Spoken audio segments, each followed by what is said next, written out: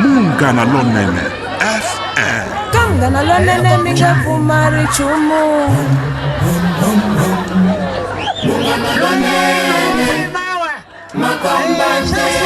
Makomba ndlela. Futhi he n'wina. Imela.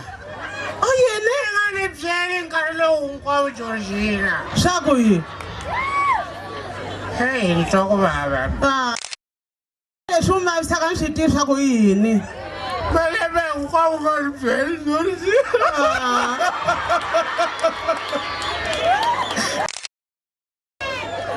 Nteli nghena laha gedeni laya. Hi loko ni kuma mali un'wanyana a kha a mamisa lexa hashtag. Ximiyeta ka ku miyela baby.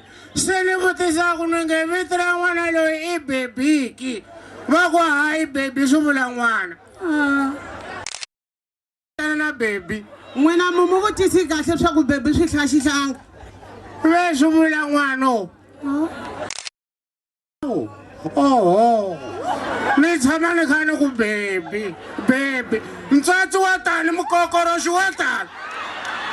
Ni ku baby. Ina ka amutaka muku ve amukokoroxi wa ku tani leswi na n'wina mu nga hela.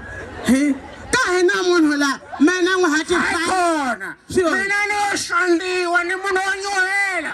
Wa ni xanda ivi loko va ni xanda va ni xanda ni munhu wo nyuhela mina mani.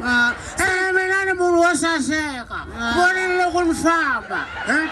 Hayi nyiko leyi mina ni nyiko Georgina I yini? wa tiva ni navele ku nuha ka maleri ma.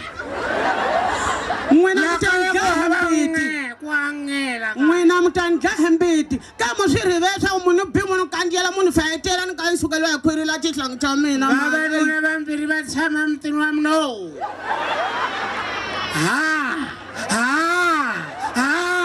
Va ka hina. Mulani ka ni tisunga ka hina hi mhaka ya tihlangi. I nga tisungi ni ta ku dlaya. Ni ta ku dlaya kata mina. Hambi swi ri tano a hi fambi ni baby. A hi fambi mukokoroxi wa mina wa mina. Munghana Lonene FM. Makomba ndlela.